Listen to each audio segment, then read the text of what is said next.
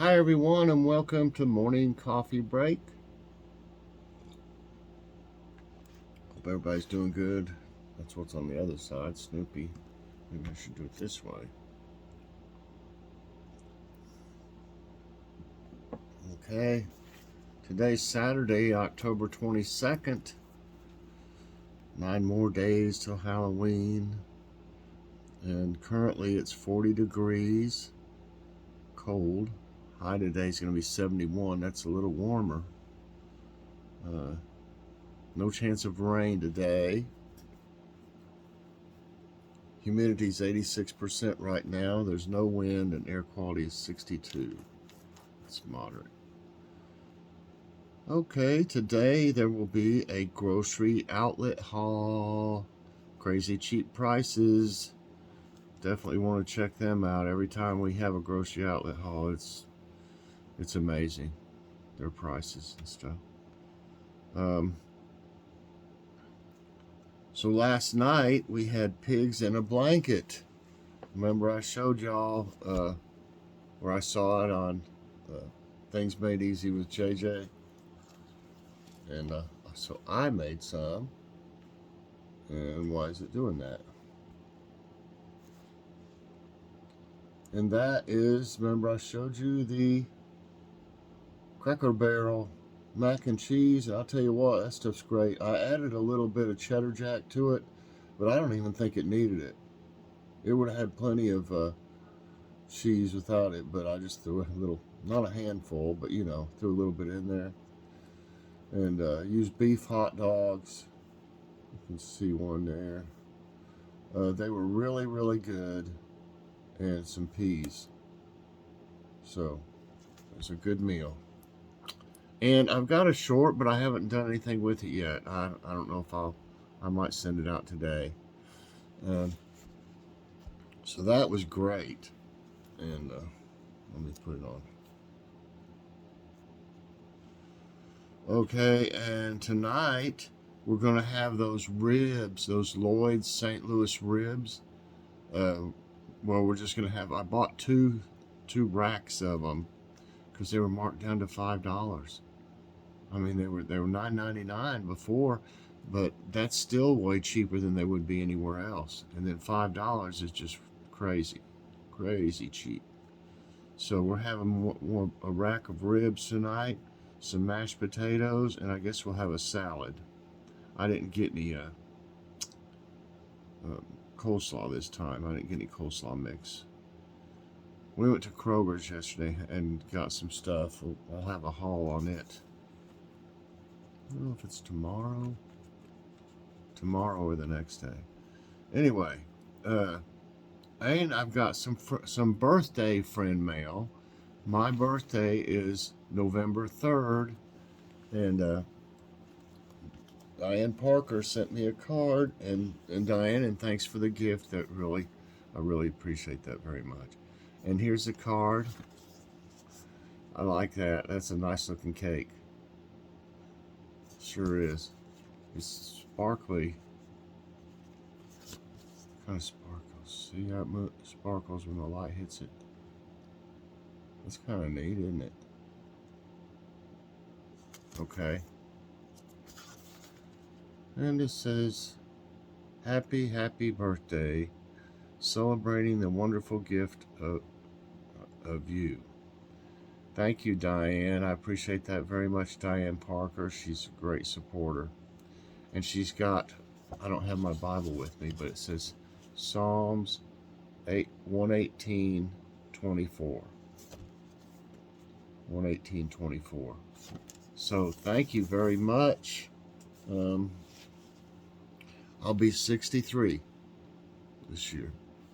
So time marches on. What are you going to do, you know? Okay. I got some today's tidbits. I had to get a few from some other days. Sometimes they don't have them all or something right away. I don't know if they do them later in the day. So I didn't really see much on today's, and I looked on some of the other days and found a few things. Like this one. Arizona father saves 12-year-old daughter hit by lightning. Excuse me. A 12-year-old Arizona girl who survived the lightning strike is recovering well and is expected to leave the hospital on Monday. The girl was struck by lightning on October 15 while playing outside in the rain. Her father performed chest compressions to revive the girl. Severe storms brought rain, high winds, and hail in the West Valley last weekend. That's amazing that he was able to save her. Here's what you can do for stray cats as temps drop. Cutie. Experts say animals should not be left for more than 30 minutes in temperatures below 32 degrees. Stray cats seek shelter under porches, by drier vents, or inside small areas of a vehicle to stay warm in cold weather. So make sure you honk your horn a few times before starting your vehicle. You can also put out cat boxes, fresh food, and water for them. Yeah, they can get in the engine, especially if they'll get in there when it's warm, and lay in there. Like after you've been somewhere and it's still warm. Okay, lack of summer rain spoils Florida mountains turnip harvest. And I've got turnips growing out here. I got to thin them soon. Many families won't be able to eat the local favorite for Thanksgiving dinner since the weather has ruined the Florida mountain turnip harvest for the second year in a row. The root vegetable is unable to reach its regular size, similar to a cantaloupe melon, due to... No way. Is a turnip going to be as big as a cantaloupe? Oh my gosh. Due to the lack of rain this summer, this year they're the size of a golf ball. Now I've had, let's see, as big as a cantaloupe.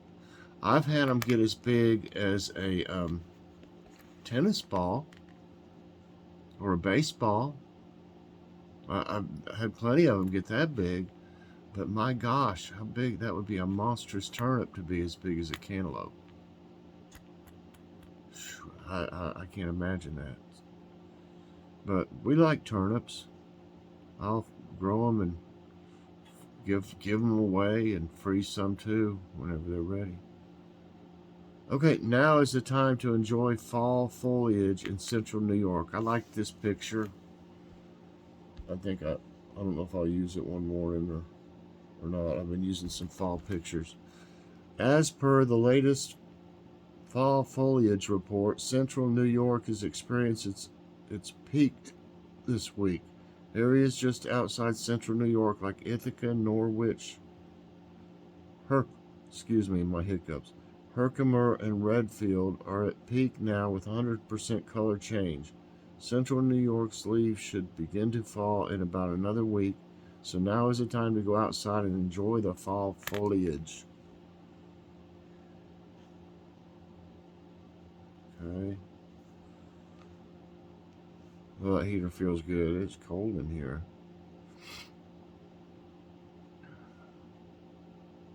Nice news.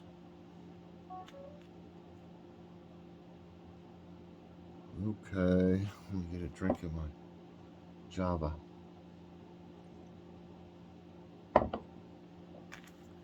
Okay, genes that protected against the Black Death impact our immune systems today.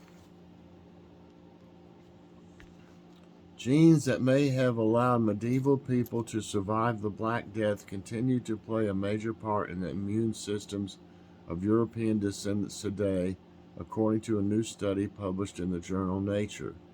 Our genome today is a reflection of the whole evolutionary history, researcher Louis Barrio told the Associated Press. Barrio's team found that survivors of the bubonic plague had a gene mutation called Yersinia pestis, and they then passed down to their descendants. Though this protective gene may increase a person's risk of autoimmune disease, Yersinia pestis is also associated with Crohn's disease. Uh-oh. That's what I've got. Well, let's see. Let's Though this protective gene may increase a person's risk of autoimmune, is also associated with Crohn's disease. The research sheds lights on how pandemics of the past can prepare our immune systems for the future. So, that gene mutation from the bubonic plague uh, also could cause Crohn's disease. Isn't that crazy? That's what I've got. And, that's interesting. The evolution is faster and stronger than anything we've seen before in the human genome. Evolutionary biologist David Annard, who was not associated with the study, told NPR, "It's really a big deal. It shows what's possible for humans in terms of adaptation and response to many different pathogens." Wow. So that's part of where Crohn's came from, I guess. Researchers find a new, cheaper way to recycle solar panels. New research has uncovered an affordable and eco-friendly method for recycling solar panels. The process, outlined in a paper from the University of New South Wales, will help manage an increasing amount of solar cells, also called photovoltaic cells, that will be retiring from operation by the end of the next decade. This is something someone can pick up elsewhere. It doesn't use any chemicals. It doesn't emit any pollution or hazardous pollution. It produces dust from crushing the panels, but you have dust collectors there. Dr. Pablo Diaz, lead authority of the study, told The Guardian. Diaz's team used electrostatic separation to collect valuable material from the retired panels and reduce them by 2 to 3% of their original weight. It's an important finding as many countries begin to grapple with how to handle expired solar panels in a way that won't harm the environment.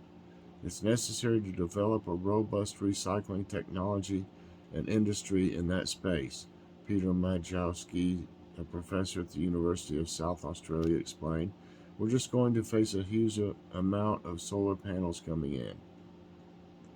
And